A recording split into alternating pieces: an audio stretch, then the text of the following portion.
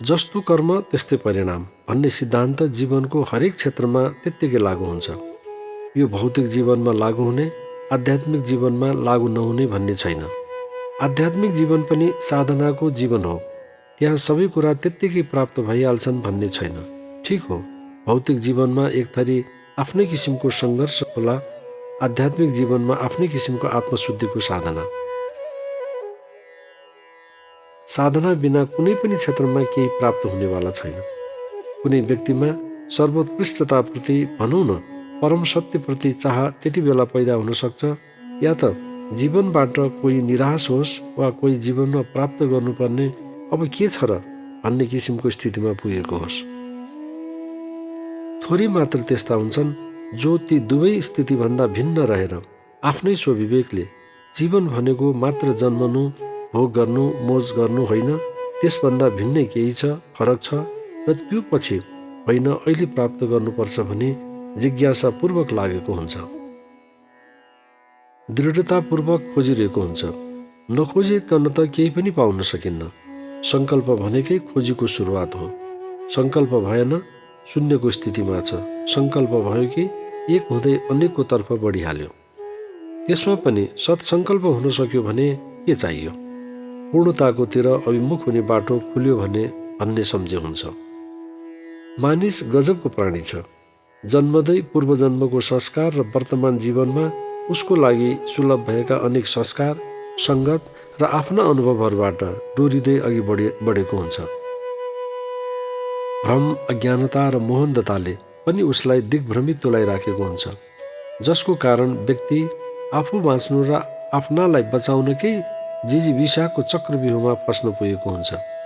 यही कारणले त हो केवल लेनादेना, जोड घटाउ, आम्दानी खर्च, स्वीकार अस्वीकार, सङ्ग्रह त्याग, प्रेम घृणाको घेराबन्दीमा जानी नजानिकन ऊ भासिन पुगेको हुन्छ। यही बाध्यता र परिस्थितिले उसलाई जीवनभर दौडाइरहेको हुन्छ नजाने कुन दुनियाँमा। यस्तै सङ्घर्षको खिचातानीमा अनेक आशा मनोकाङ्क्षाहरूको पूर्तिको चाहना राख्दा राख्दै एक दिन जीवनले सदाको लागि विश्रान्ति लिन्छ। शरीरले अन्तिम श्वास फेर्छ, शरीरान्त हुन्छ, भनौँ न देहान्त हुन्छ। उसको मृत्युमा आफन्त, नाता, कुटुम्ब, शुभेच्छुजनहरू दुखित हुँदै अनेक अश्रुधारा बगाउँछन्। मानव रोएर ऊ बिउतिनेवाला छ। जीवन कहाँ फर्किन्छ र? जति नै कोही रोस्, बिलौना गरोस्, पञ्चतत्त्वको शरीर पञ्चमहाभूतमा मिल्न पुग्छ। पृथ्वी, जल, तेज, आकाश, वायु बस तिनैमा मिल्न पुग्छ। मात्र कृति शेष रहने हो। त्यसपछि त कसैलाई अमर गराउने केही छ भने त्यही कृति मात्र हो। अनेक पूर्व जन्महरू तथा अनगिन्ती अनिश्चित भावी जीवन पाएर असङ्ख्य आशाहरू, अतृप्त इच्छाहरू, अनित्य सुखहरू, अनेक बोझहरू, कैयन अनुत्तरित प्रश्नहरूको जवाब नपाउँदै पनि यदि चेतनाको स्तर बढाउने इच्छाको सङ्कल्प गर्छ भने उसको मनमा बारम्बार प्रश्नहरू ठोकिन पुग्छन् कि जीवन के हो? म किन यो संसारमा पैदा भएँ? मेरो जीवनको लक्ष्य के हो? के गर्नुपर्ने हो? के गर्दैछु? आदि आदि। के मानिसको जीवन जन्म र मृत्युको अनिश्चित बिन्दुहरूको बीच चल्ने निष्फल सङ्घर्षहरूको अर्थहीन प्रभाव मात्र हो? जरुर होइन। मानिस प्राणीहरूमा बुद्धि विवेकको कारणले गर्दा उत्कृष्ट प्राणी जरुर हो, तर आफूमा निहित त्यो उत्कृष्टतालाई बुझेको छ कि छैन, यहीँनिर प्रश्न आउँछ। यहीँबाट मानिसको बाटो छुट्टिन थाल्छ आआफ्नो किसिमले। उहिले कुनै बखत पूर्वजन्म र पुनर्जन्मको कुरा विवाद र छलफलको विषय मानिन्थ्यो। अब एक किसिमले भन्ने हो भने त्यो स्थिति छैन। सबैले स्वीकारेको अवस्था छ। विज्ञानका विभिन्न खोज अनुसन्धानले पनि त्यसलाई नकार्न नसकेको अवस्था हुनुको अर्थ हो प्रकारान्तरले स्वीकार्न। यसैले पनि हो युरोप अमेरिकाका कैयन विश्वविद्यालयहरूमा यस विषयमा पढाइ र गहन अनुसन्धानमा समय, परिश्रम र जनशक्तिको प्रयोग भइरहेको छ। दिन प्रतिदिन नयाँ नयाँ तथ्यहरू सामुमा आउँदैछन्। अनेकौँ साना मसिना मझौला योनिका जीवनलाई पार गर्दै त्यही जीव कर्म र प्रारब्धवशात आज मानिसको रूपमा एउटा यस्तो द्वारको सामुन्ने खडा छ कि त्यहाँबाट सर्वोत्कृष्ट जीवन वा दिव्य जीवनतर्फ आफूलाई डोर्याउन पनि सक्छ। होइन, नचाहने हो भने यहाँको जिन्दगी पनि घोर अन्धकार र भ्रममा बिताएर अमूल्य जीवनलाई खेर फाल्न पनि स्वतन्त्र छ। सामान्य जीवन त पशु पन्छीले पनि बिताइरहेका छन्। त्यसको के अर्थ? भन्ने मनमा लाग्ने हो भने र जीवनलाई सार्थक तुल्याउने हो भने जो कसैलाई पनि सार्थक आनन्दमय दिव्य जीवनको खोजी नगरी सुखै छैन। घृणाको अँध्यारो खतरनाक जङ्गलबाट आफ्नो बाटो खोज्दै प्रेमको प्रदीप्त र सुरक्षित उद्यानमा जो कोहीले प्रवेश चाहेको हुन्छ, तर त्यसको सही माध्यम फेला नपर्दा जीवन डगमगाइरहेको हुन्छ। साधनाको सही तरिका जानेको खण्डमा अहङ्कारको निरस र मलिन गुफाहरूलाई पार गर्दै निस्वार्थ प्रेमको खुला र स्वच्छ मैदानमा पुग्न कसैलाई पनि गाह्रो पर्दैन। स्वार्थपूर्ण क्रूरताहरू र कामना जनित क्षुद्रताहरू तथा वासना एवं लोभको जबरजस्त पकडबाट आफूलाई मुक्त राखेर जीवनलाई गति दिने हो भने मौलिक स्वतन्त्रता, सन्तोष र आनन्दको यस्तो अनुभूतिहरूको वर्षात हुन थाल्छ कि यसको के बयान गर्ने। वास्तवमा जीवनको पूर्णताको अभिव्यक्ति भनेकै यही हो। त्यसलाई नजान्दा मानिसहरू अनेक किसिमको गोरेटो, घोडेटो र अलमलमा फस्न पुग्छन्। सर्वोत्कृष्ट जीवनकै माध्यमबाट मानिस आत्मिक शान्ति, आत्मिक समुन्नति र दिव्यताको गन्तव्यलाई पहिलाउन सक्ने बन्छ। साधनाको मार्ग निसन्देह सजिलो हुँदैन। अनेक आरोह अवरोह देखिन सक्छ, बाधा व्यवधान पहाड बनेर अघिल्तिर खडा हुन सक्छ, तर साधनाको पथमा लाग्नेहरूको अनुभव छ कि यस्तो सुरु हुन्छ। गौतम बुद्धले पनि मारको आक्रमण सहनु पर्यो। मार अवरोधहरूको प्रतीकात्मक रूप हो। यो जसमाथि पनि घट्न सक्छ। लगनका साथ यस पथको दृढ निश्चय बन्दै गएपछि वा भनौँ रस बस्दै गएपछि यावत अप्ठ्याराहरू किनारातिर लाग्न सुरु भइहाल्छ। गजब के छ भने यस मार्गको यात्री बनिसकेपछि त यो यात्राको समाप्ति प्रेम, सहिष्णुता, दिव्य सन्तोष, समदृष्टि, शान्ति एवं शाश्वत वसन्त ऋतुको हरियालीमा पुगेर मात्र हुन्छ। यस्तो विरलै हुन्छ कि कुनै वास्तविक आध्यात्मिक साधक आत्मानुभूतिको स्वर्णद्वारमा प्रवेश गर्ने साहसै नगरी त्यही भ्रम र सन्देहमा अलमलिएर समय बिताएको होस्। त्यस्तो व्यक्ति सायद यो जान्दैन कि आत्मानुभूति भनेको सार्वजनिक उद्यान हो, जहाँ जो गएर त्यहाँको सुवासको आस्वादन गर्न सक्छ, स्वच्छ हावाबाट फाइदा लिन सक्छ। ढकमक्क फुलेका फुलहरूबाट जीवनको चेतलाई सचेत गराएर सृष्टिकर्ताको महिमालाई बुझ्न कुनै क्षण कुर्नै पर्दैन। आध्यात्मिक जीवन कुनै घना जङ्गल अथवा भनौँ कुनै निर्जन गुफामा गएर एकान्त बास बस्ने वा घर समाजबाट टाढिने कुरो हुँदै होइन। यो त जहाँ छौँ त्यही नै आफूलाई परख गर्ने विषय हो। अर्को शब्दमा भन्ने हो भने हिलोबाट कमल फक्रे जस्तो सांसारिकताको कोलाहलैमा पनि त्यसबाट किनार लागे जस्तो गरी उत्रन सक्नु पो आध्यात्मिकता हो। फेरि यो विषय कुनै निश्चित जात, वर्ण, क्षेत्रका लागि मात्रै हो कि भन्ने पनि होइन। वास्तवमा आध्यात्मिकतामा सबैको उत्तिकै हक अधिकार छ। कतिपय समाजमा यसका लागि पनि बारबन्देज लगाइदिनाले त्यसबाट धेरै कुराहरू गुमाउनु परिरहेको छ। आज पनि गुमाइरहेका छौँ। अझ सुदूर भविष्यमा के कति गुमाउनु पर्ने हो त्यसको लेखाजोखा अहिले गरिहाल्नु मनासिब नपर्ला। देखिएका खाल्डोहरूलाई सद्भाव, आत्मीयता, प्रेमको माध्यमबाट सम्याउँदै र पुर्दै जानु बुद्धिमानी हुन्छ, न कि घृणा वा भेदभावको अहङ्कारले। घर समाजबाट उतर्सिएर वा पलायन भएर हिमालयको कुनै गुफा कन्दरामा गएर रुखको फेदीमा सुखासनमा बसेर वा त्यसैको प्रचार प्रसार स्वयं आफूले विभिन्न रूपमा गरेर वा अकर्मण्यको जीवन बिताएर सर्वोत्कृष्टताको त्यो महान लक्ष्यलाई प्राप्त गर्न सकिन्न। यो त सुकर्मको मार्ग हो। कर्म गर्ने त धेरै हुन्छन्। सुकर्म गर्ने, असल जीवन बिताउने, सात्विकतालाई आत्मसात गर्ने, सेवावृत्ति जीवनलाई व्यवहारमा स्वीकार्नेहरू नै श्रद्धाका पात्र छन्, नमन लायक छन्। त्यस्ता व्यक्तिहरूलाई लाएको कपडा रङ्गाउनुको कुनै अर्थ छैन। दारी, जुङ्गा, टीका, चन्दन, दण्ड, त्रिदण्ड वा कुनै विशेष चिन्ह धारण गर्नुको पनि के अर्थ छैन। शरीरलाई दुःख दिएर सूर्यनारायणलाई हात चढाउनुको पनि मतलब छैन। काँडाको ओछ्यानमा वा आगोको लप्कामा हिँड्नुको पनि केही अर्थ छैन। जमिन मुनि तप गर्नुको पनि केही अर्थ छैन। न त्यस्ता व्यक्तिलाई व्याघ्र चर्ममा आसन जमाउनुको कुनै अर्थ हुन्छ। आध्यात्मिक जीवनमा बाह्य प्रतीकहरूको कुनै अर्थ छैन, बरु आभ्यन्तरिक शुद्धिको महत्त्व धेरै लाग्ने हुन्छ। पातमा खाने कि चाँदीको वा सुनको थालमा खाने, त्यसको के मतलब?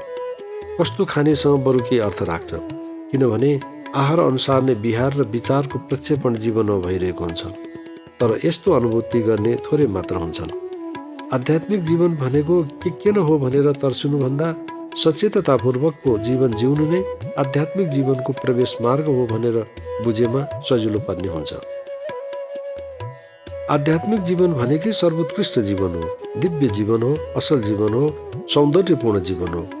आजकल कतिपय मानिसहरू धर्म अध्यात्मको नाम लियो कि नाक चेपलाउन थाल्छन्। वास्तवमा यसो किन र के कारणले भइरहेको छ त्यो बुझ्नु जरुरी छ। धर्मको सही अर्थ बुझ्ने र बुझाउने काम नभएरै यसो भइरहेको छ भन्दा अत्युक्ति हुँदैन। वास्तवमा धर्म भनेको न कुनै कर्मकाण्डको नाम हो न विधि विधानको नाम। धर्म भनेको सत्य हो, इमान्दारी हो, न्याय हो, अनुशासन हो, सद्भाव हो, अहिंसा हो, परोपकार हो, सेवा हो। त्यसै गरी अध्यात्म भनेको आत्मालाई बुझ्नु हो, आत्मोन्नतिको मार्गलाई पहिल्याउने मार्गको पहिचानमा प्रवृत्त हुनु हो।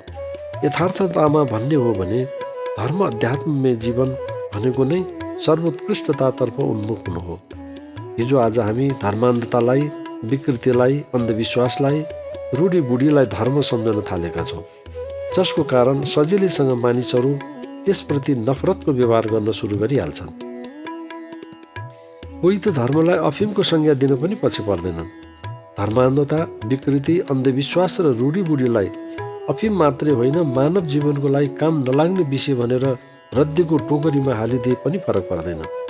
धर्मको वास्तविक अर्थलाई बुझेपछि भने धर्म बेकारको विषय नभई यो त मानिसको जीवनशैली पो रहेछ, धर्म भनेको असल कार्यको नाम रहेछ भन्नेतिर मानिस पुग्न थाल्छ। हुन पनि धर्म भनेको कुरा त्यही हो। अशिक्षा, अज्ञानताको कारण आजकल धर्मलाई तोड मरोड गरेर आफ्नो अनुकूल बनाउनेतिर केही तथाकथित व्यक्तिहरू परम्परा र संस्कृतिको नाम दिएर धर्मलाई बदनाम गराउनतिर उद्यत भएका छन्।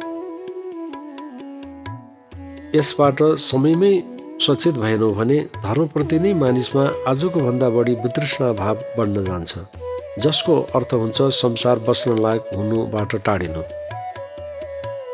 असङ्ख्य सीमाहरू, अनगिन्ती दुःख दर्द, ताडना प्रताडना, सफलता असफलताहरूको श्रृङ्खलाहरूको नाम हो सांसारिक जीवन भने फरक पर्दैन। जहाँ एकाध इन्द्रियजन्य क्षणिक आनन्दको मिथ्या मादकताले रोमाञ्च पैदा गरेको हुन्छ र त्यही जीवनको सर्वोपरि क्षण हो कि भने अधिकांशले आफ्नो जीवनको उर्वर समयलाई नष्ट तुलाइरहेका हुन्छन्। खानु, पिउनु, मोजमजा गर्नु, सङ्ग्रह गर्नु नै कतिको लागि जीवनको सर्वोच्च आनन्द भइरहेको हुन्छ। यसको विपरीत जीवनलाई राम्ररी बुझेर यसको गन्तव्यको पहिचान गरी आफू पनि बाँच, अरूलाई पनि बाँच्न देऊको सिद्धान्तमा रहेर मर्यादित, अर्थपूर्ण, असल जीवन बाँच्न प्रवृत्त हुनुको नाम हो सर्वोत्कृष्ट जीवन। आफू असल बनेर अरूलाई पनि त्यही मार्गको आस्वादन सुखकरी छ भने व्यवहारबाट चरितार्थ गर्नु यथार्थतामा सर्वोत्कृष्टताको सौन्दर्य हो। सेवामय जीवनद्वारा हरेक सेवालाई ईश्वर सेवा सम्झेर कर्मक्षेत्रमा जुट्दा प्राप्त हुने अलौकिक आनन्द नै ईश्वर पूजा बनेर जुन व्यक्ति नै पुग्छ त्यसले नै यो बाटोमा यसका पथिकहरूलाई आकर्षित तुलाइरहेको हुन्छ। सर्वोत्कृष्ट जीवन स्वयं नै एक यस्तो चिरस्थायी अनुभव हो जहाँ जीवनलाई सदैव यस्तो अनुपम आनन्द मिल्छ कि जहाँबाट यस मार्गमा हिँड्ने पथिकहरू वा साधकहरू वा अनुयायीहरू सच्चिदानन्द घन परमात्माको सत्तामा विलिन हुन अगाडि बढिरहेको भान हुन्छ। हुन पनि यही जीवनको गन्तव्य हो, लक्ष्य हो र साधनाको पराकाष्ठा पनि। देश, काल, परिस्थिति एवं कार्यकारणको सीमाभन्दा पर रोग, शोक, भय, मृत्युबाट मुक्त, आशा आकाङ्क्षाभन्दा माथि उठेर त्यस्तो साधक वा पथिक परिपूर्णानन्दमा मग्न भएर सांसारिक वस्तुहरूबाट नपाइने दिव्य आनन्दलाई प्राप्त गर्न सफल हुन्छ। सर्वोत्कृष्ट जीवन भनेको सांसारिक सबै सङ्ग्रहणीय वस्तुहरूको सङ्ग्रहमा लिप्त हुनु भन्ने नभई जीवनको सच्चा स्वरूपलाई जानेर जीवनको सदुपयोग गर्नु हो, न कि दुरुपयोग गर्नु। मानिसले बाँचुन्जेल बुझ्नै प्रयास गरेको हुँदैन कि सांसारिक जीवन जिउँदा ऊ कति भड्किलो, विषयासक्त, लोलुप र लोभी हुन्छ भन्ने कुरा। यी यस्ता विषय हुन् कि जसले मानिसलाई जीवनभर अनेक दुश्चक्रमा घुमाइरहेको हुन्छ। दुर्भाग्य त कहाँनिर हुन्छ भने यस्तै कारणले गर्दा उसले सर्वशक्तिमान, सर्वव्यापी, सर्वदर्शी, सुन्दराति सुन्दर, घटघटवासी परम प्रभु परमात्मा जो आफ्नै अनन्त हृदय र हरेकको हृदयमा वास गर्नुभएको छ त्यो साँचो यथार्थलाई समेत अज्ञानताको कारण सम्झन बुझ्न सकिरहेको हुँदैन। बत्ती मुनि अँध्यारो भने जस्तो भइरहेको हुन्छ। आफूमा भएको अज्ञान रूपी अन्धकारलाई कसैले हटाउन खोज्यो कि सम्झे हुन्छ ऊ अब परम तत्त्वको खोजमा निक्लियो वा आत्मिक उन्नतिको मार्गमा यात्री बन्यो। यही यात्राबाट सम्भव छ आत्मदर्शन, ईश्वरानुभूति, भगवत दर्शन। ढोङबाट केही प्राप्त हुँदैन सिवाय अहङ्कार। आत्मिक यात्रामा निक्लेका वास्तविक ज्ञानी, ध्यानी, योगी, भक्त र साधकहरूले नै सर्वोत्कृष्ट जीवनको आनन्द र दिव्यतालाई प्राप्त गर्न समर्थ हुन्छन्। अमृतमय आत्मज्ञानको उज्यालोमा उनीहरूले सत्यम शिवम सुन्दरमलाई आत्मसात गर्न पुग्छन्। सर्वोत्कृष्ट जीवन वास्तवमा जीवनको एक यस्तो निर्माण प्रक्रिया हो जसद्वारा बाहिरी र सतही भ्रान्तिहरूलाई समूल नष्ट तुल्याउन मद्दत गर्छ। यसैबाट तिनले जीवनको त्यो परम सत्य जसबाट आनन्दको धारा वर्षिन थाल्छ त्यसलाई पाउन सफल हुन्छन्। सर्वोत्कृष्ट जीवन जिउने मानिसले नै यथार्थतामा भन्ने हो भने जीवनलाई, जगतलाई र ईश्वरलाई भलीभाँति बुझेको हुन्छ। यसैको अर्को नाम हो दिव्यता, पूर्णता र सर्वोत्कृष्टता।